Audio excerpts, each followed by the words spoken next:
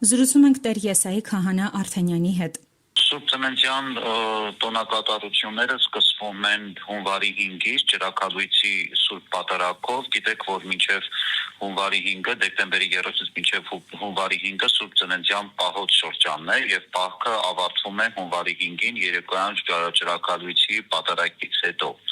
Երբ որ մեր հավատացյալները մասնակցում են Սուրբ Պատարագին Ճրագալույցի ծոմապահությամբ, այդ օրը առավոտից ծոմ են պահում, մասնակցում են Պատարագին, ստանում Սուրբ հաղորդություն եւ պահքից դուրս գալիս ու արդեն դրանից հետո մասնակցում տոնական Սուրբ Ծննդյան տոնական սեղանին։ Հունվարի 6-ի առավոտյան բոլոր եկեղեցիներում մատուցում է Սուրբ Ծննդյան տոնական Սուրբ Պատարագը առավոտյան ժամը 11-ին,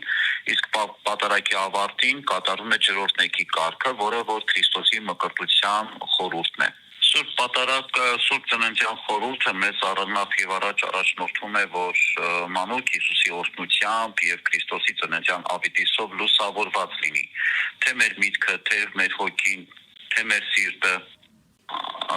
Պարզապես մեզ համար շատ կարևոր է, որ մանուկ Հիսուսի օրհնությամբ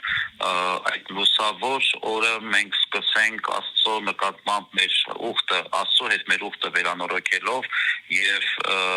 ամբողջ տարին մենք առաջնորդվենք հենց Աստվածային այդ լույսով։ Մանուկ Հիսուս մեր մեջ պիտի զորանա, ամրանա նվիրումով, հանձնառությամբ ոգով, պատասխանատվությամբ վերաբերվելու եւ ինքներս մեզ եւ մեր հայրենիքին եւ մեր ընտանիքներին եւ մեր եկեղեցուն։